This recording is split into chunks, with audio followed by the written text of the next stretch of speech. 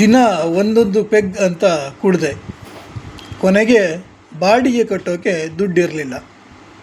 ಲೆಕ್ಕ ಹಾಕಿದೆ, ಡೈಲಿ ಪೆಗ್ಗಿಗೆ ಖರ್ಚು ಮಾಡಿದ ಹಣದಲ್ಲಿ 3 ತಿಂಗಳ ಬಾಡಿಗೆ ಕಟ್ಬೋದಿತ್ತು. 100-200 ಎನ್ಕೊಂಡು ಸುಲಭವಾಗಿ ಕ್ವಾರ್ಟರ್ಗೆ ಹಣ ಸುರಿತೀವಿ. ತಿಂಗಳ ಕೊನೆಗೆ 4-5 ಸಾವಿರಗಳ ಒಂದೆರಡು ಖರ್ಚು ಬರುತ್ತೆ. ಆಗ 100-200ರ ಬೆಲೆ ಅರ್ಥವಾಗುತ್ತೆ. ಮನಿ ಪ್ರಾಬ್ಲಮ್ಮಿನ ಮೂಲ ಡ್ರಿಂಕ್ಸ್.